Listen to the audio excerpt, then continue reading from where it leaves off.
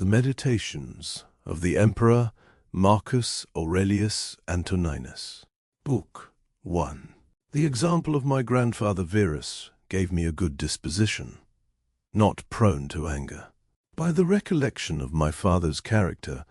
I learned to be both modest and manly. As for my mother, she taught me to have regard for religion, to be generous and open-handed, and not only to forbear from doing anybody an ill turn, but not so much as to endure the thought of it. By her likewise I was bred to a plain, inexpensive way of living, very different from the common luxury of the rich. I have to thank my great-grandfather that I did not go to a public school, but had good masters at home, and learnt to know that one ought to spend liberally on such things. From my governor I learned not to join either the green or the blue faction on the race ground, nor to support the Parmularius or Scutarius at the gladiators' shows. He taught me also to put my own hand to business upon occasion, to endure hardship and fatigues, and to throw the necessities of nature into a little compass, that I ought not to meddle with other people's business, nor be easy in giving credit to informers. From Diognetus, to shun vain pursuits, not to be led away with the impostures of wizards and soothsayers, who pretend they can discharge evil spirits, and do strange feats by the strength of a charm, not to keep quails for the pit, nor to be eager after any such thing. This Diognetus taught me to bear freedom and plain dealing in others, and apply myself to philosophy. He also procured me the instruction of Bacchius, Tandasis, and Marcianus. He likewise put me upon improving myself by writing dialogues when I was a boy, prevailed with me to prefer a couch covered with hides to a bed of state, and reconciled me to other like rigours of the Grecian discipline. It was Rusticus that first made me desire to live rightly, and come to a better state, who prevented me from running into the vanity of the sophists, either by writing speculative treatises, haranguing upon moral subjects, or making a fantastical appearance or display of generosity or discipline. This philosopher kept me from yielding to the charms of rhetoric and poetry, from affecting the character of a man of pleasantry, from wearing my senator's robe in the house, or anything of this kind, which looks like conceit and affectation. He taught me to write letters in a plain, unornamental style, like that dated by him from Sinuessa to my mother. By his instructions I was persuaded to be easily reconciled to those who had misbehaved themselves, and disobliged me as soon as they desired reconciliation. And of the same master I learned to read an author carefully, not to take up with a superficial view, or assent quickly to idle talkers, and, to conclude with him, he gave me his own copy of Epictetus's Memoirs. Apollonius taught me to give my mind its due freedom, and disengage it from dependence upon chance, and not to regard, though ever so little, anything uncountenanced by reason, to maintain an equality of temper, even in acute pains and loss of children, or tedious sickness. His practice was an excellent instance that a man may be forcible and yet unbend his humour as occasion requires. The heaviness and impertinence of his scholars could seldom rouse his ill temper. As for his learning, and the peculiar happiness of his manner in teaching, he was so far from being proud of himself upon this score that one might easily perceive he thought it one of the least things which belonged to him. This great man let me into the true secret of receiving an obligation, without either lessening myself or seeming ungrateful to my friend. The philosopher Sextus recommended good humour to me, and showed me the pattern of a household governed in a fatherly manner. He also bade me make nature and reason my rule to live by. By his precedent I was instructed to appear with an unaffected gravity, to study the temper and circumstances of my friends in order to oblige them. I saw him bearing with the ignorant and undiscerning, complaisant and obliging to all people, so that his conversation was more charming than flattery, and yet at the same time he was held in the highest reverence by others. Conversing with this philosopher helped me to draw up a true, intelligible, and methodical scheme for life and manners, and never so much as to show the least sign of anger. or any other disturbing thought, but to be perfectly calm and indifferent, yet tender-hearted. However, he let me see in himself that a man might show his goodwill significantly enough, without noise and display, and likewise possess great knowledge without vanity and ostentation. Alexander the grammarian taught me not to be ruggedly critical about words, nor find fault with people for improprieties of phrase or pronunciation, but to set them right by speaking the thing properly myself, and that either by way of answer, assent, or inquiry, or by some such other indirect and suitable correction. Fronto taught me that envy, tricking, and dissimulation are the character and consequences of tyranny, and that those we call patricians have commonly not much fatherly feeling in them. Alexander the Platonist advised me that without necessity I should never say to anyone, nor write in a letter,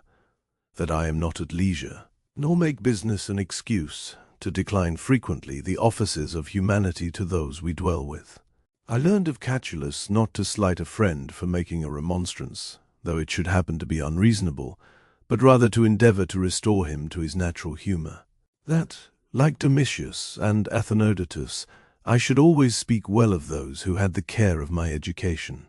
and that I should always preserve a hearty affection for my children. I am indebted to Severus for the love I bear to my relations, and towards justice and truth. He likewise made me acquainted with the character and sentiments of Cato, Brutus, Thrasea, Helvidius, and Dio, and gave me the idea of an equal commonwealth, with equal rights and equal speech, and also of a monarchy, where the liberty of the subject was principally regarded. To mention some more of my obligations to him, it was of him I learned not to grow wise by starts and sudden fancies, but to be a constant admirer of philosophy and improvement, that a man ought to be generous and obliging, hope the best of matters, and never question the affection of his friends, to be free in showing a reasonable dislike of another, and no less clear in his own expectations and desires, and not to put his friends to the trouble of divining what he would be at. I learned from Maximus to command myself, and not to be too much drawn towards anything, to be full of spirits under sickness and misfortune, to appear with modesty, obligingness, and dignity of behavior, to turn off business smoothly as it arises, without drudging and complaint. Whatever he did, all men believed him, that as he spoke, so he thought, and whatever he did, that he did with a good intent. He attained that greatness of mind, not to wonder or start at anything, neither to hurry an enterprise, nor sleep over it, never to be puzzled or dejected, nor to put on an appearance of friendliness, not to be angry or suspicious, but ever ready to do good, and to forgive and speak truth, and all this as one who seemed rather of himself to be straight and right, than ever to have been rectified. Nobody ever could fancy they were slighted by him, or dared to think themselves his betters. Besides all this, he had an agreeable wit. In my adoptive father I observed a smooth and inoffensive temper, with great steadiness in keeping close to measures judiciously taken, a greatness proof against vanity and the impressions of pomp and power. From him a prince might learn to love business and action, and be constantly at it, to be willing to hear out any proposal relating to public advantage, and undeviatingly give every man his due, to understand the critical seasons and circumstances for rigor or remissness, to have no boy favorites, not to stand upon points of state and prerogative, but to leave his nobility at perfect liberty in their visits and attendance, and when he was upon his progress, no man lost his favor for not being at leisure to follow the court, to debate matters nicely and thoroughly at the council board, and then to stand by what was resolved on, yet not hastily to give up the inquiry, as one easily satisfied with sudden notions and apprehensions, to be constant to a friend, without tiring or fondness, to be always satisfied and cheerful, to reach forward into the future, and manage accordingly, not to neglect the least concerns, but all without hurry, or being embarrassed, Father, by observing his methods and administration, I had the opportunity of learning how much it was the part of a prince to check the excesses of panegyric and flattery, to have his magazines and exchequer well furnished, to be frugal in his expenses, without minding being lampooned for his pains, not to worship the gods to superstition, not to court the populace, either by prodigality or compliment, but rather to be sober and firm upon all occasions, keeping things in a steady decorum, without chopping and changing of measures, to enjoy the plenty and magnificence of a sovereign fortune without bragging, and yet without making excuse, so as freely to enjoy them when present, but when wanting, not to be mortified at the loss of them, and to behave himself so that no man could charge him with sophistry, or buffooning, or being a pedant. No, he was a person mature and perfect, scorning flattery, and thoroughly qualified to govern himself and others. As for those that were philosophers in earnest, he had a great regard for them, but without reproaching those who were otherwise, nor yet being led away by these. He was condescending and familiar in conversation, and pleasant too, but not to tiresomeness and excess. As for his health, he was not anxious about it,